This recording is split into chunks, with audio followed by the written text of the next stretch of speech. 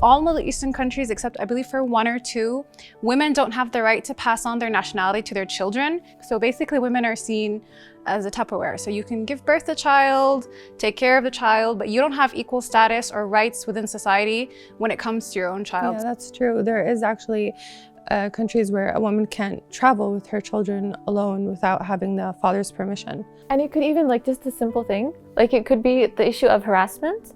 And even if like someone is harassing you and obviously they're mistaken, but you're told to put your head down and just don't give them attention, because if you give them attention, it's gonna incite him or it's gonna antagonize. Or don't forget, you were dressed wrong. You were wearing something that was too tight. You had on too much makeup. You probably smiled too much. You probably flirted without even knowing it. I think it's really connected to the mentality. I just honestly can't understand how someone could think it's okay. Like, you could just be walking down the street and I think it's okay just to shout at you and call you. Like, it's not okay, and they need to understand that that's not okay, and we need to not accept it. We shouldn't just like, okay, if someone says that, just ignore them and be like, what's your problem? There is a gap in representing the women and representing these needs. And for example, like I work in architecture and urban planning. If you look at it from the top view, and this is linked to, for example, harassment and if women feel safe in these spaces or not. And then you look at who's actually designing these spaces, and you find out that it's less than 17% female.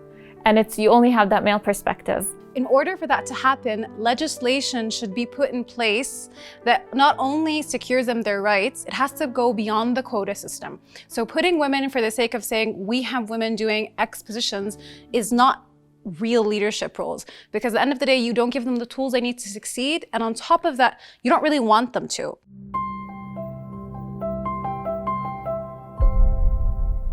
I feel like there's this negative connotation between feminism and men haters, and that's not the case at all.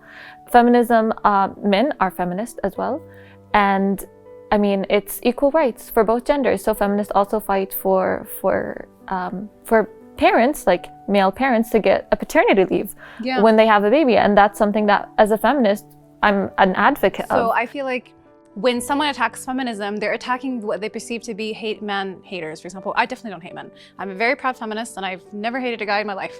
I love all humans equally, okay? And all animals while we're at it. So like, I love everything. So I think if there was a real conversation between both genders and including men within the process, they'll really understand how they come to benefit from women gaining their rights.